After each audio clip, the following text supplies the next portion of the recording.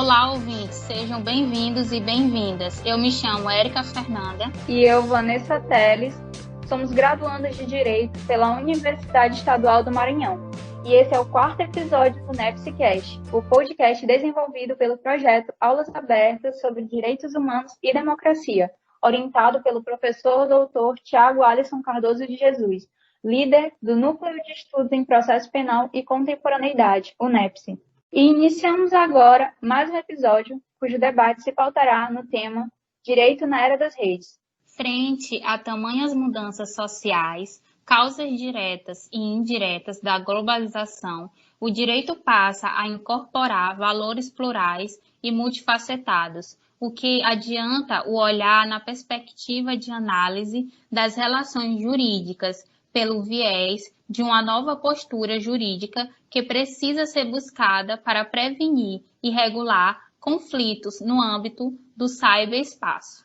O convidado que irá explanar hoje um pouco sobre essa temática é o advogado e professor José Caldas Góes Júnior, que também é mestre em Direito Público pela UFP, especialista em metodologia de pesquisa e ensino superior, consultor jurídico da Câmara de Dirigentes Lojistas de São Luís e autor dos livros Direito na Era das Redes, Liberdade e Delito no Ciberespaço e Cidadão Pixel, Cidadania e Democracia na Era das Redes, dentre outras publicações.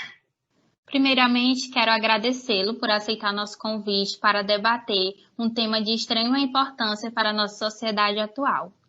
Professor, eu gostaria de saber como o direito digital tem sido abordado pelo ordenamento jurídico brasileiro e quais são as características específicas acerca do direito desenvolvido no contexto das mídias sociais. Quero agradecer o convite, primeiramente em nome da Vanessa, com quem me fez o convite diretamente, mas também a você e ao meu querido dileto Tiago Alisson, que muito bem coordena o núcleo, NEPEC, e de quem eu tenho assim, declarada estima. Eu acho interessante também você estar explorando esse tipo de novas mídias, né? Eu acho que o podcast é uma mídia bem legal, porque é alguma coisa que você pode acessar, né? Mesmo estando em mobilidade, estando sem poder prestar atenção ao vídeo. Então, bacana, parabéns para vocês também em relação a isso. Quanto à sua primeira pergunta, né, Eric, que é quais são as características, né, do direito, desse direito que nós estudamos, que lá nós temos o núcleo aqui também, é preciso falar isso. Na UEMA nós temos o NIPED, que é o Núcleo Interdisciplinar de Pesquisa em Direito de Internet, e quais são as características dele, e especificamente no que ele interage aí com as redes sociais. Esse direito é um direito tão novo que hoje ainda se controverte a respeito de como ele deva ser chamado, tá? Há uma tradicional denominação de direito de internet, tá? Inclusive o nosso núcleo é Núcleo Interdisciplinar de Direito de Internet, que eu, para ser bem sincero com vocês, eu nem gosto muito, tá? Que diria que o objeto desse direito é o estudo das relações que ocorrem dentro da internet. Essas relações, elas extravasam já até mesmo o meio da internet, no sentido de que a internet ela passou a estar integrada na nossa vida. Então, estabelecer essa fronteira aí, né, entre internet e vida é alguma coisa muito difícil. Então, há quem chame de direito de internet, há quem chame uma denominação que eu gosto até mais, mas ela não é muito poética, acho que por isso que ela não pegou, que é direito em tecnologias da informação. Eu acho que realmente o verdadeiro objeto é esse, não é só a internet, mas todas as tecnologias da informação e que hoje elas passam por um processo de convergência, né? Estão todas ligadas, integradas. Então, você vê um celular, que é, né, um mobile, que é assim, o paradigma disso que eu estou falando para vocês, ele não é só a internet, ele é uma série de tecnologias que estão lá para permitir a informação que a gente chama de informação bidirecional, promíscua, que é alguma coisa que a gente nunca teve. E aí é exatamente essa base tecnológica que faz com que a gente precise de um novo direito, tá? Sobre isso também há controvérsia. Um grande mestre meu que eu tive ao longo desses anos que foi o professor Amaro Moraes, ele, por exemplo, ele era contra que a gente falasse em um direito em tecnologia da informação, mesmo direito de internet. Ele dizia que, por exemplo, quando se inventou a eletricidade, algumas pessoas pensaram em criar um direito da eletricidade, mas hoje seria um absurdo se falar isso, né? Direito da eletricidade, que ela é coisa que, né, ela faz parte da nossa vida. Então ele dizia, a internet vai se integrar na nossa vida e ela não vai ser uma coisa diferente do que é o direito do consumidor, do que é o direito civil, que é o direito de família. Ela tem um condão só de ser um meio. Eu não necessariamente eu concordo com essa visão dele, apesar de respeitar e ter, né, uma admiração imensa pelo pensamento do professor, porque eu acho que a internet, ela realmente muda muito as relações, inclusive dentro de uma teleologia, que é o que difere a maioria das relações, né, que dão origens a novas disciplinas, como o direito do trabalho, o direito do consumidor, etc. Como que ela faz isso?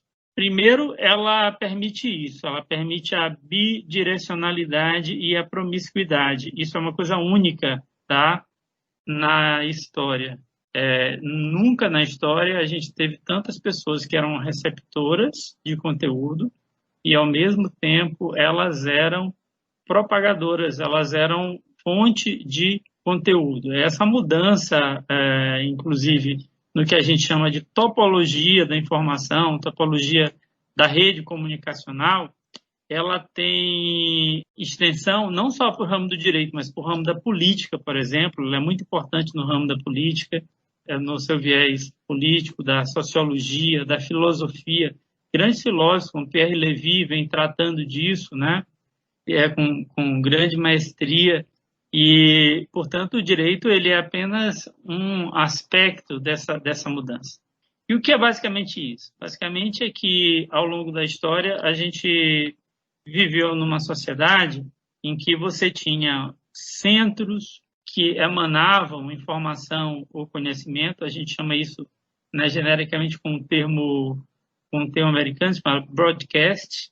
Então, você tinha lá um centro, né, gerador de conhecimento, e você tinha uma periferia ali de pessoas que recebiam informação ou o conhecimento.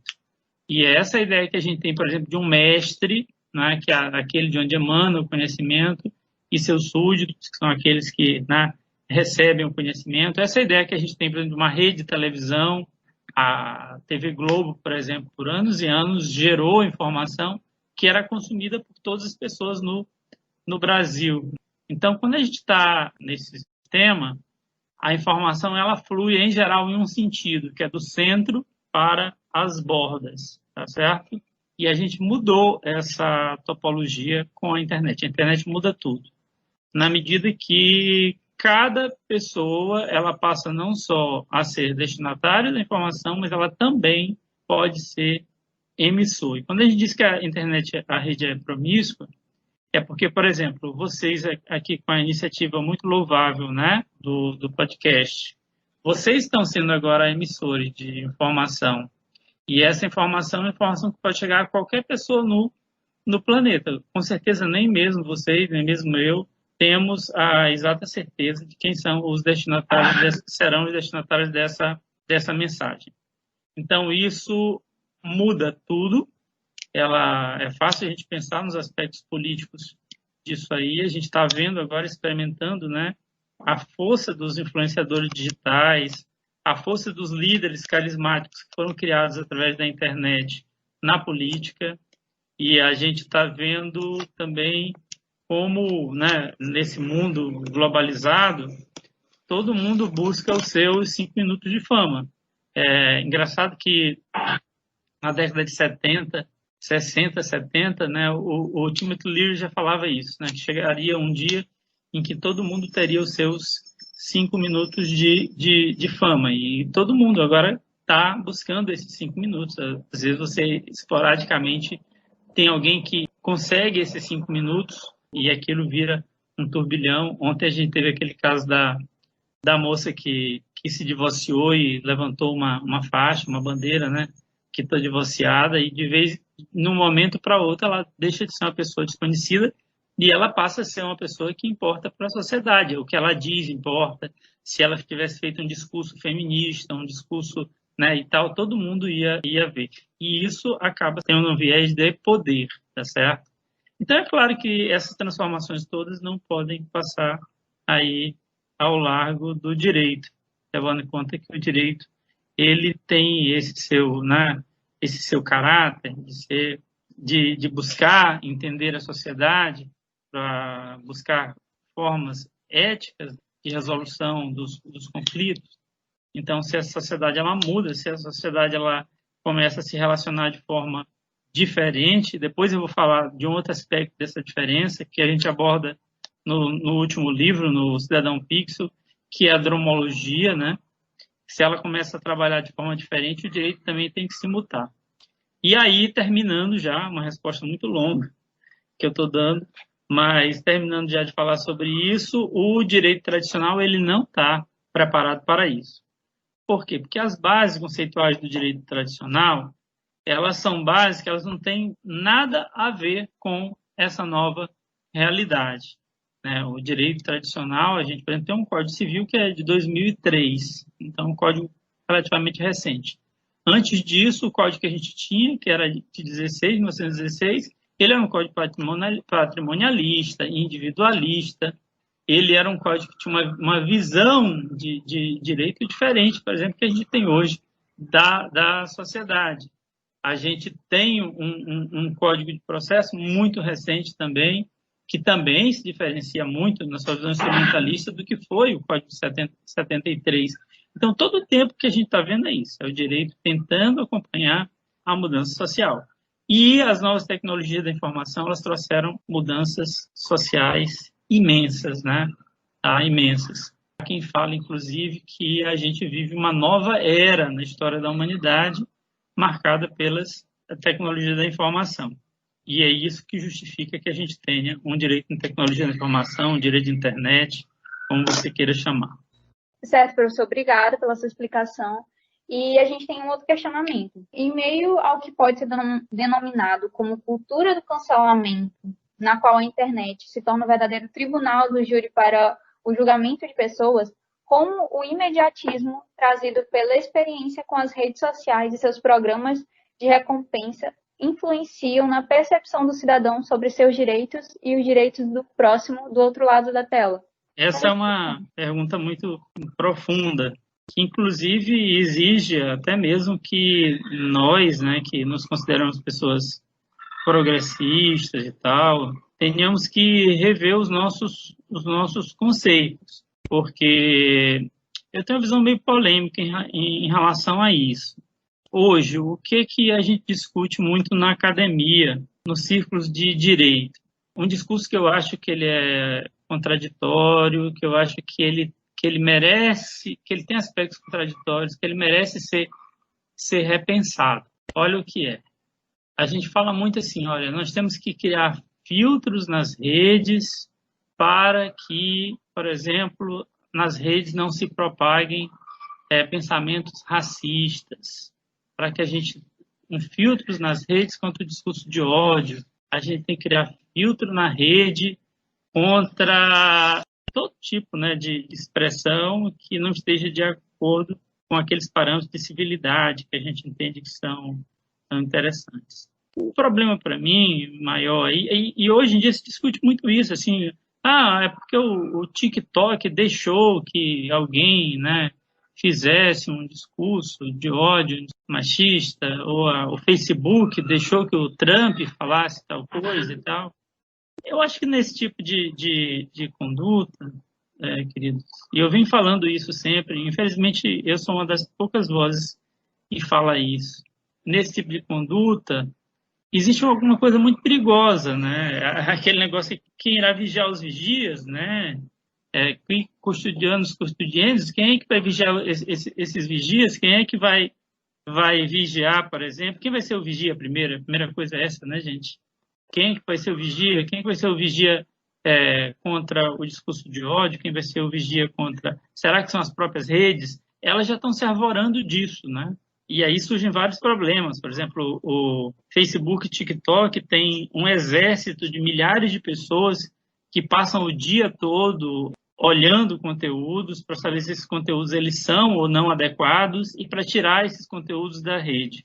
E eles fazem isso sem nenhum processo, sem nenhuma formalidade. Se eles acham que alguma coisa não é politicamente correta, tira e pronto, bloqueia. Será que também a gente não está criando uma nova ditadura, né? Uma ditadura do que supostamente seria correto? E a quem que a gente está dando esse poder? A grandes corporações como o Google, como o TikTok e tal. Então, há coisas muito complicadas aí nessa discussão. A outra questão que se fala muito é se você bota bonito no Google, vai aparecer uma pessoa branca e vai aparecer uma pessoa e tal, e então o Google ele está enfatizando um discurso machista ou racista, etc, etc. É bem complicado também isso. Eu não estou dizendo que é certo ou que é errado, eu estou dizendo que o algoritmo ele tende a buscar um viés, né, um viés cognitivo. E quando ele busca esse bias, né, ele acaba representando o que é o médio das pessoas que buscam aquela coisa, né, um produto, um modelo de estética e tal. E aí a gente estaria diante de uma situação que ela é bem interessante, que a gente teria que ter alguém, né, para, diante de um caso como esse que eu estou falando, contrariar o viés, ou seja, manipular o viés, filtrar o viés. Então, por exemplo, se todas as pessoas que buscam bonito, elas procuram alguém com um determinado padrão e o algoritmo ele nota isso porque ele é uma máquina, entendeu? Ele é uma máquina, ele vai associar esse padrão que para ele não é nem bonito nem feio, é um padrão numérico, tá? Ele vai associar essas características àquela busca. Claro, eu concordo, é isso que se fala muito, que isso pode reforçar, né, pensamentos que sejam machistas, que sejam discriminatórios e tal. Mas aí a gente teria que estabelecer um sensor, né, para censurar aquilo que a gente lê dos fluxos de rede. Quem seria esse sensor? Quem seria a pessoa que seria chamada para dizer para o algoritmo que algo que ele lê na sociedade é certo e deve ser veiculado ou não deve? Sempre vai ser uma pessoa e a gente sempre vai estar empoderando essa pessoa. Então, é muito, muito complicado. Eu não estou dizendo que é certo ou que é errado. A questão é que a gente, quando fala, por exemplo, em democracia, vocês tocaram no termo democracia, a gente fala assim, é porque a democracia é o poder que emana do povo, é a voz que emana do povo, nós somos pela democracia e tal, todo mundo gosta de falar isso. Agora, quando a gente vai lá e escuta a voz do povo, eu mesmo, né, eu sofro disso, e a voz do povo, ela soa funk, por exemplo, a gente fala, opa, não, que isso? Isso é música feia e tal. Quando ela fala, a voz do povo fala Bolsonaro, a gente, opa, o que é isso? E tal. Então, até que ponto a gente está disposto realmente a ouvir a voz das massas, né? Que hoje ela pode ser metricamente ouvida através das redes, ou a gente está querendo ouvir aquilo que a gente acha que é certo, que é civilizado, né, o que é politicamente correto e tal. Então, a gente teria, né, que estabelecer aí um filtro, né, disso que a gente está tratando, um filtro para dizer daquilo que as métricas leem na rede, o que é civilizado, o que é bom, o que é politicamente correto e o que não é. E quem é que será o censor desse filtro, quem vai controlar esse filtro, quem vai criar as regras, quem vai criar os parâmetros, quem vai criar os modelos, né? Esse aí é um problema ainda não resolvido. Então, para mim, é bem complicado. Então, quando eu vejo a questão da política do cancelamento, que vocês falaram aí, está dentro disso que eu estou falando para vocês, né? A gente diz assim, a gente tem que empoderar as massas, a gente tem que empoderar a população, empoderar o povo, né, ouvir as massas, ouvir a população, mas às vezes o que você ouve quando você faz isso não é algo que lhe agrada, ou agrada o seu senso, né, de decência, de moral, de civilidade e tal, porque as massas elas não têm nenhum compromisso com os nossos padrões, elas não têm nenhum compromisso. E o que a gente vê aí nas políticas de cancelamento é nada mais do que isso, né? Fluxos de massa que às vezes se comportam dentro de uma psicologia de rebanho, tá certo? Que estão ali querendo exercer de forma direta a sua vontade, estabelecer seus padrões sociais, morais, e o fazem às vezes à força. Então a gente tem que pensar, por exemplo, quando a gente festeja que o Facebook ele censurou o Trump aí quando o Facebook censura uma fala do Trump, a gente diz, opa, que maravilha, estamos, né, botando ordem na casa, a rede está sendo controlada e tal, etc, etc, porque a gente não gosta do Trump. A gente não gosta do Trump. Mas se amanhã ou depois alguém censurasse esse podcast, esse Facebook, ou sei lá, o canal em que a gente postar esse podcast, se censurasse esse podcast, a gente achar um absurdo. Então esse é o grande problema que diz respeito à liberdade de expressão, quais são os seus limites. E é claro que na rede isso é muito mais complicado, porque uma coisa que se multiplicou na era das redes foram os canais, né, onde se pode veicular livremente a expressão. Essa foi a grande modificação. Então, se antes, por exemplo, para você censurar uma determinada fala, bastava você censurar os jornais e já estava tudo resolvido, hoje países, né, que têm regime de força, que a gente conhece, tanto de direita quanto de esquerda, tem grande dificuldade de fazer isso, que eles têm que censurar toda a internet e todas as TICs. Porque às vezes você tem um país em que a internet está totalmente controlada, a internet é interna, por exemplo, e o cara tem um telefone via satélite e isso basta para que ele faça o seu discurso para o mundo. Então, eu acho que a gente tem um longo caminho ainda para aprender a lidar com essa nova realidade. Vamos para a próxima pergunta. E eu quero saber agora quais são as principais desvantagens em se ter um direito digital, cujo principal pilar de sustentação é a liberdade de expressão.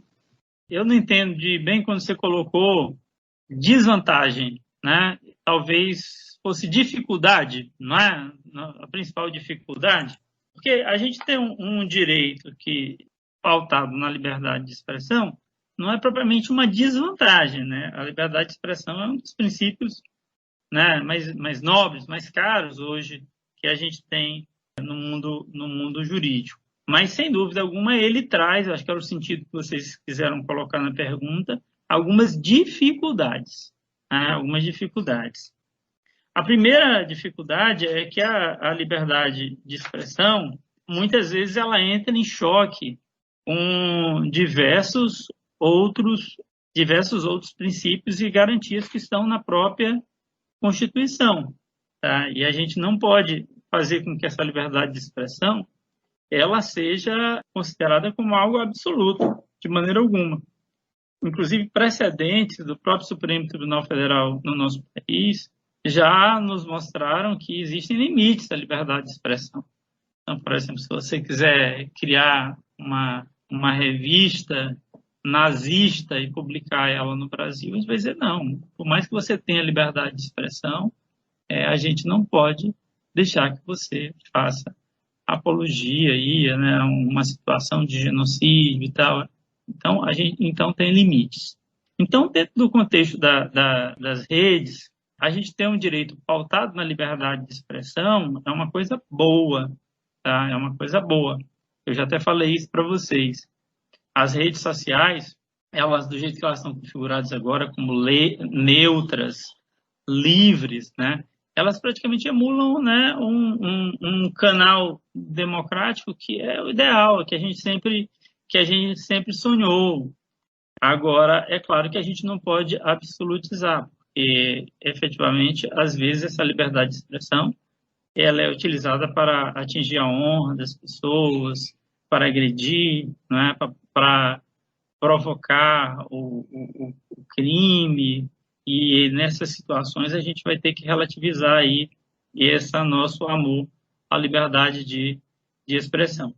Então, dentro do mundo que a gente está vivendo, talvez a grande contribuição que o direito digital possa dar é exatamente essa, de estabelecer parâmetros de ponderação, de princípios, de buscar um equilíbrio, uma equidade na aplicação, né, desses princípios, de modo que a gente possa conviver garantindo a liberdade de expressão, sem dúvida, ela é uma característica inegável das redes, sim, fazendo com que essa liberdade ela não possa se transformar aí em um assinte, não é, a outros direitos e a integridade física e psicológica de outras pessoas.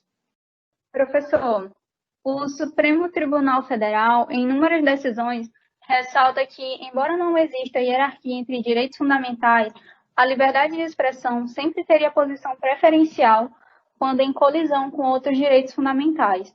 O fundamento seria que a liberdade de expressão estaria umbilicalmente ligada com a democracia. Tendo em vista que o pilar de sustentação da Constituição Cidadã é a dignidade da pessoa humana, nós estaríamos diante de um mundo cuja lei maior seria a liberdade de expressão, ou seja, uma nova Constituição com diferentes regras e desdobramentos? Eu acho que eu até respondi isso aí na pergunta anterior, né? Por mais que eu ache que colocar a liberdade de expressão, assim, num ponto, né, num locus privilegiado, ela seja uma decisão acertada, o próprio Supremo Tribunal Federal, ele já, né, a despeito desse entendimento, ele, numa casuística, ele várias vezes já se manifestou no sentido de que ela não é ilimitada, tá certo? Ela não é ilimitada. Então, por exemplo, a gente, apesar de achar que vivemos num mundo em que prevalece a liberdade de expressão, nós temos uma legislação que ela pune, por exemplo, discursos de ódio, discursos racistas, não é? A gente pune quando você atinge a honra das pessoas e tal, e todas essas coisas poderiam, assim, de uma maneira mais ampla, serem colocadas dentro da tutela da liberdade de expressão. Então, há sem dúvida alguma um limite. E dentro da internet, me parece que o problema não é nem tanto se a gente vai dar ou não para as pessoas liberdade de expressão, porque o problema nosso é que a gente vive num país em que é livre, né, a expressão, mas você tem, ao se expressar, você não pode estar anônimo, né? Você tem que botar a cara, né, para responder por aquilo que você pensa e que você expressa. E na internet as pessoas expressam mais coisas, principalmente discurso de ódio, porque elas acham que elas são anônimas. Então, o problema da internet, o que ela potencializa, né, aí, o discurso de ódio, o que ela potencializa aí, toda essa problemática é, na verdade, a dificuldade que a gente tem técnica de estabelecer a autoria, não é, desses discursos, a dificuldade técnica que a gente tem de efetivamente saber quem são as pessoas que praticam esses atos. Aí a gente já resvala num outro problema, é um problema que a gente tem de polícia técnica, que a legislação ela não tem contemplado muito isso, né, de criar mecanismos técnicos, operacionais, para que a investigação ela saia de paradigmas materiais e passe para paradigmas de investigação digital, e para que a gente possa chegar a isso. Porque quando a gente tem autoria, a gente sabe quem fez o discurso e tal, o que a gente tem visto é que essas pessoas elas sempre são punidas e elas não podem exercer assim tão livremente essa sua liberdade de expressão. A gente não tem noção da dimensão que a internet tem de fato. e também os impactos que uma navegação mal manejada pode causar na vida de um indivíduo. Nesse sentido, tendo em vista a dignidade da pessoa humana, bem como o direito ao esquecimento, o que o senhor pensa acerca das fake news? Sabemos que é fenômeno não tão recente, mas que rotineiramente se intensifica. No que se refere às fake news, o senhor acha que uma detenção ou reclusão ou qualquer outra sanção penal de fato apagaria os resquícios que as fake news causam? Se não, de que modo poderíamos enfrentar isso? Eu acho que o principal aí é a questão da fake news, né? A fake news, como você falou, fake news não tem nada de novo. A ideia de se plantar mentiras e tal, ela faz parte aí da caixa de ferramenta política, por exemplo, há muitos e muitos anos. O que mudou agora é o meio de disseminar isso, que ele é muito mais rápido, tá certo? E mais ainda, que enquanto a ideia de uma fake news, não estou dizendo aí, né, uma notícia falsa, ela atingia contingentes pequenos e de pessoas que estavam limitadas ali para o alcance de ação daquela mídia ou daquele canal. Agora, pela internet, quando você recebe uma fake news, se ela reproduz aquilo que você pensa, que aí, mais uma vez, aquela que eu falei para vocês do viés, ninguém compartilha uma fake news que não enfatiza aquilo que ele pensa. E mais ainda, quando você recebe uma notícia que enfatiza aquilo que você pensa, ou que confirma uma fé sua, uma convicção sua, a sua disposição de procurar raciocinar ou buscar algum erro, alguma falha naquela notícia é muito menor do que quando você recebe de uma que você não concorda. Então é tão fácil hoje, quando você recebe alguma coisa com a qual você concorda, você botar ali o botão compartilhar, né, o botão encaminhar e passar para tantas outras pessoas, que a capacidade de produzir danos dessas notícias, elas simplesmente se multiplicaram exponencialmente. Então, esse que é o fenômeno novo, tá certo? Inclusive, com a possibilidade, né, não é a minha área de especialização, todo mundo sabe disso, o direito penal não é a minha área de especialização, de a gente ter vários coautores em relação a possíveis crimes, possíveis delitos que venham a ser praticados com o uso das fake news. E aí a gente tem hoje cenários assim, absolutamente aterradores. Por exemplo, a questão das deepfakes, né, que é hoje talvez uma das coisas que mais se fala, que são aquelas fakes que são feitas com o uso de processos computacionais, onde, a não ser um especialista, consegue diferenciar se ali existe uma pessoa andando, falando, fazendo qualquer coisa real, ou se é uma imagem gerada por computador. Então, a gente está aí num momento de questionamento mesmo da realidade, né? Questionamento da realidade ou do que é o real e do que é o fictício, o que é o inventado. Esse também é um momento único aí na nossa sociedade. Mas aí, na questão número 8, você me perguntou o seguinte, você falou assim, professor, você acha que essas pessoas deveriam, né, ser penalizadas e tal, com detenção e tal? Bem, hoje em dia, assim, os movimentos mais assim, avançados do direito e tal, não só adotaram já aquela visão da última ratio, de que a gente tem que deixar ali o marco penal e a sanção penal para aqueles casos de maior gravidade, tá? Como há quem fala, inclusive, em abolicionismos vários aí, né? Não prender, não punir, etc., com as quais eu me reservo o direito de não concordar, mas que eu tenho que, né, admitir que existem. Então, falar em punir fake news com prisão, falar em punir fake news com encarceramento, primeiro que vai contra todas essas, né, ondas mais modernas, né, mais renovadoras do direito, principalmente do direito penal, da criminologia e tal. E segundo, que vai depender muito também de quais são, né, os efeitos danosos, ou seja, quais são as consequências dessa fake news.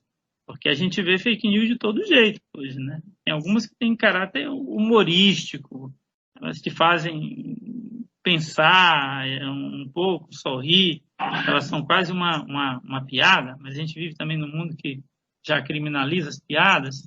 Então, e tem outras não. Tem outras que elegem presidentes, tem outras que podem causar a morte de uma pessoa, ou o lixamento de uma pessoa. Então, vai depender muito das consequências aí dessa fake news. Eu diria que a fake news em si, ela não é um bom objeto para se criar um tipo penal, no sentido de que ela pode servir aí como um meio para a prática de diversos, né, crimes, diversos delitos. E aí era preciso que a gente olhasse especificamente qual foi ali o delito que resultou dessa prática. Mas aí, como eu estou falando para vocês, eu falo isso sem me aprofundar muito, porque realmente não é a minha área de estudo, minha área de conhecimento que eu mais me dedico. Mas essa aí seria a minha visão. Certo, professor. Considerando a vigência da Lei Geral de Proteção de Dados e outros marcos legais sobre a internet, podemos afirmar que o Estado brasileiro está empenhado na manutenção da privacidade dos usuários ou apenas busca expandir sua regulamentação sobre a iniciativa privada? Essa foi uma colocação bem interessante. Olha, realmente a gente tem visto, principalmente aqui na última década, um movimento muito interessante no sentido de, eu não diria nem o Estado brasileiro, tá? Quando a gente fala em Estado brasileiro, parece que há um consenso de todos os poderes, né, e de todo o Estado em relação a isso, mas a gente tem visto iniciativas legislativas muito importantes no sentido de aproximar o Brasil, aproximar o nosso país de marcos que já assim, a duras penas vêm sendo estabelecidos ao redor do mundo. E eu posso dizer para vocês que ao ingressarmos no seleto clube dos países do mundo que tem um marco que tutela a privacidade e a intimidade, o Brasil, sem dúvida alguma, ele se coloca aí na vanguarda, né, do direito em relação à comunidade internacional. Não são muitos países que já tiveram essa preocupação e, no nosso caso, ainda tem mais. Isso não ingressa como um fato isolado. A gente tem o precedente também importante, digno de nota, que é do Marco Civil da Internet. A gente tem diversas legislações aí mais esparsas que mostram que a gente tem hoje já um corpo de leis que eles constituem assim, realmente uma base muito sólida de regulação e de tutela desses direitos fundamentais. A gente já vê um discurso grande, porque não tem lei que regula a internet. Em relação a isso, tem duas coisas. Primeiro, que as coisas que ocorrem na internet, elas não se configuram sempre crimes que a gente fala próprios, né? Ou seja, coisas que só podem ocorrer na internet. Então, por exemplo, os crimes contra a honra, uma injúria, uma calúnia, uma difamação, eles ocorrem em qualquer lugar. Você está no bar, e ocorrem também pela internet. Então, em relação a todos esses crimes, em relação a todos esses delitos, a gente já não precisaria nem de uma legislação específica para tratar disso, porque a gente pode muito bem tratar aí efetivamente com o uso da legislação penal. Em relação às questões cíveis, a gente tem já um Código do Consumidor muito bom. Esse Código do Consumidor, ele, apesar de não ter sido feito no momento em que a internet ela já tinha essa envergadura que tem hoje, ele pode ser aplicado muito bem às questões nascidas dentro da internet e assim como eu falei de Penal, eu posso falar também do Código Civil. Nosso Código Civil ele contempla também solução para várias coisas.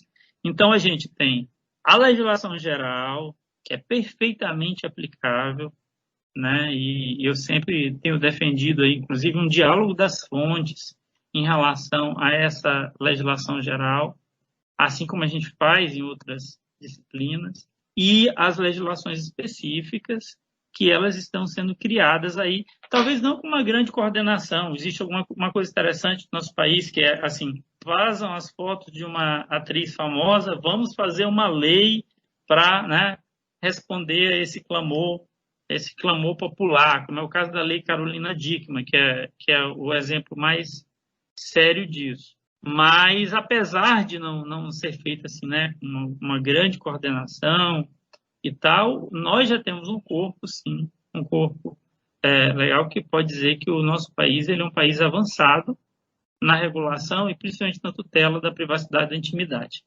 O que é interessante é que, às vezes, ele é até mais avançado do que o que a sociedade esperaria dele. Ou seja, eu sempre comecei falando para vocês que o direito está sempre correndo atrás da mudança social, e aqui a gente tem um ponto em que a gente talvez tenha uma legislação até mais avançada do que o que a sociedade espera. A gente tem visto, ultimamente, pesquisas recentes onde se indaga para as pessoas o quanto que elas se acham ameaçadas na sua privacidade, na sua intimidade, e o que a gente vê é que as pessoas não têm essa noção. A gente ainda tem um sentimento muito físico. Então, você está dentro do seu quarto, trancado, portas trancadas, janelas fechadas, com o computador no seu colo. E por mais que você esteja ali com a possibilidade de ter sua vida invadida, ter os seus dados, sua privacidade, sua intimidade invadida, o sentimento que você tem é de plena segurança, porque você está trancado dentro do seu quarto. E isso acaba se refletindo no dia a dia, né? No dia a dia. E eu não tenho vergonha de dizer isso, que eu já fui vítima, mais de uma vez, de crimes digitais. E aí as pessoas perguntam assim, Góes, quer dizer que você é especialista nisso, você sabe como é que as coisas acontecem e tal, e mesmo assim você é vítima, porque na minha vida diária mesmo, primeiro que eu não me sinto completamente todo momento ameaçado. Essa é a primeira questão, ou seja, a sensação psicológica ela não existe, de estar completamente ameaçado. Às vezes eu acho que eu posso negociar mesmo o meu e-mail, eu posso negociar meu número de telefone para ganhar uma revista, para ganhar alguma coisa, então, e eu não acho que isso seja uma grande afronta à minha intimidade, à minha privacidade. E, por último, eu não gosto de decorar muitas senhas, e quando eu quero entrar num serviço, eu não quero usar dupla autenticação, porque eu tenho que receber uma mensagem no meu celular, nem sempre eu estou no meu celular, então eu não tenho saco. Né? Eu não tenho saco para isso. Então, o que acontece é isso. É que a gente tem uma legislação, inclusive, que às vezes ela está até mais avançada do que aquilo que o cidadão, que a pessoa comum, exigiria que ela tivesse. Tanto que, em relação à LGPD, acho que um momento importante que a gente vai ter agora, em relação a essa importante legislação, é que esses direitos que estão ali sendo preservados, eles são direitos sem valor, porque isso não é uma coisa que esteja no nosso inconsciente, não. A privacidade, enquanto valor, enquanto coisa que se preza, né, objeto de tutela, é uma coisa muito nova. Uma coisa muito nova. Ela começa nos Estados Unidos aí no final do século XIX, os primeiros casos, né, litígios que a gente tem notícia, tendo como objeto a tutela da privacidade, da intimidade, eles têm pouco mais de 100 anos, e basta ver que é um fenômeno urbano. A gente só começa a pensar em privacidade e intimidade na hora que a gente começa a ter grandes conglomerados urbanos, onde as pessoas elas vivem muito próximas, mas elas querem criar sítios de privacidade, né? Elas querem preservar os seus pequenos casulos, o seu direito de estar só. E isso não é alguma coisa que nem na história tenha muito tempo, e nem mesmo na nossa vida social, porque agora mesmo, se das senhoras, dos senhores que estão nos ouvindo, tiver a experiência de morar numa cidade pequena, sabe que numa cidade pequena o conceito de privacidade e intimidade é completamente diluído, no sentido de que as pessoas elas se interessam muito pela vida dos outros, das outras pessoas, e acham, inclusive, que é o comum que todo mundo saiba tudo sobre a vida de todos. Esse aí é o sentido, né? Em cidades muito pequenas, em comunidades muito, muito pequenas. Então, essa ideia de que a privacidade é um valor a ser preservado é uma coisa nova. E mais ainda, que é interessante, aí na hora que a gente descobre que a privacidade e a intimidade são valores, ora, se ele é um valor, a gente começa a pensar, então eu posso negociar isso. E é o que se faz, por exemplo, no Big Brother, né? Então, aquelas pessoas estão lá e elas estão trocando ali por um possível prêmio a sua privacidade e a sua intimidade. É um bom laboratório do que a gente faz todo dia. E a gente troca por tudo. A gente troca por dinheiro, a gente troca por uma revista, a gente troca por um brinde, e a gente troca também todo dia por curtidas. Né? Por curtidas. O que a gente faz quando a gente posta uma foto nossa e espera likes? Também é uma troca. Né? A curtida é uma espécie de um afago, tá certo? E a gente troca por isso. Então, a gente tem um mundo em que realmente as pessoas veem mais a sua privacidade. Eu acho que é o Bauman que fala isso, né? Ela fala de comoditização, né? Elas veem a sua privacidade ou a sua persona como um produto que elas podem vender, inclusive diante de certos pagamentos, cedendo mais ou cedendo menos.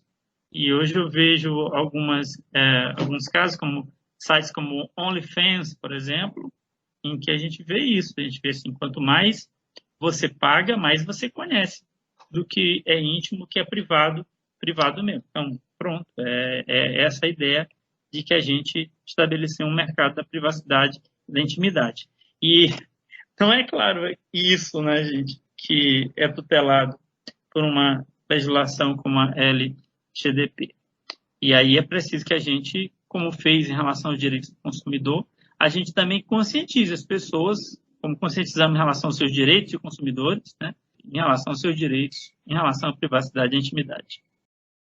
Professor, então, o senhor quer fazer mais alguma ponderação, mais algum comentário?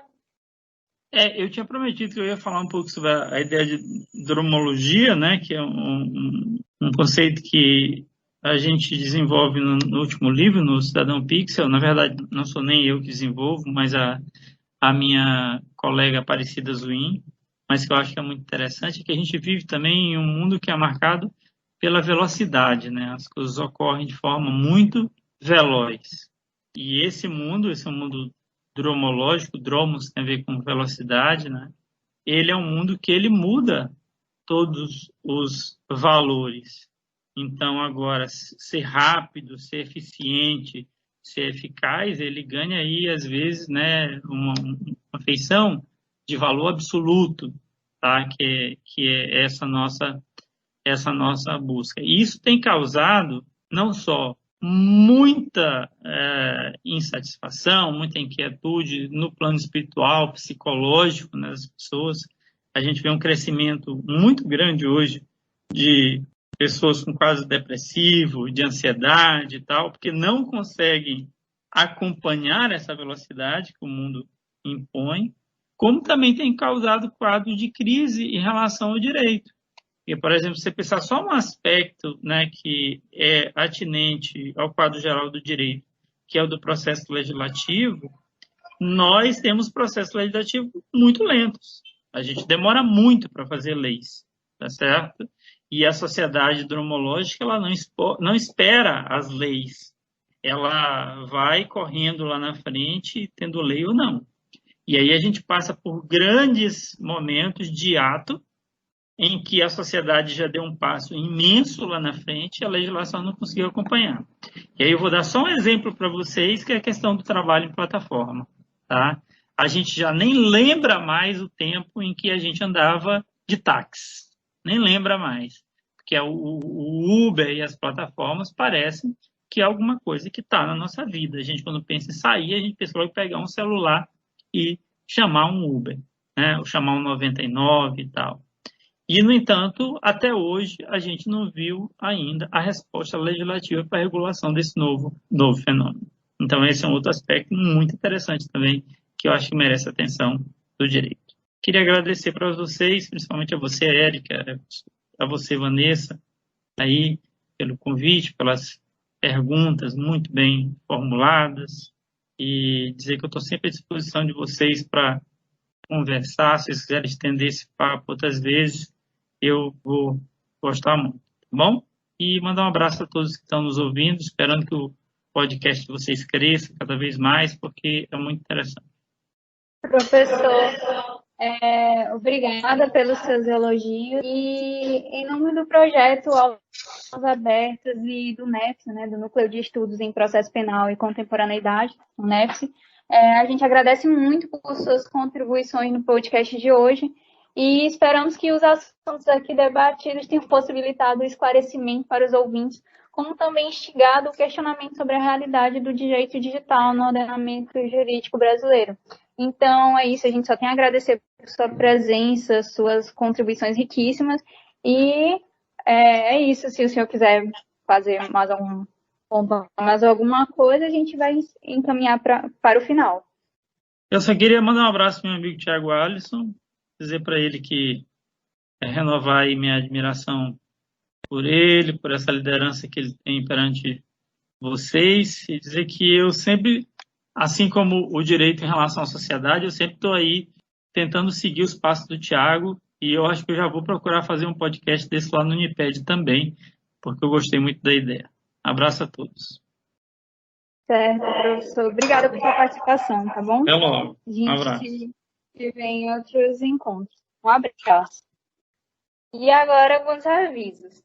Nós estaremos inicialmente no YouTube, mas posteriormente vocês poderão nos encontrar no Spotify com o mesmo nome, NEPScast.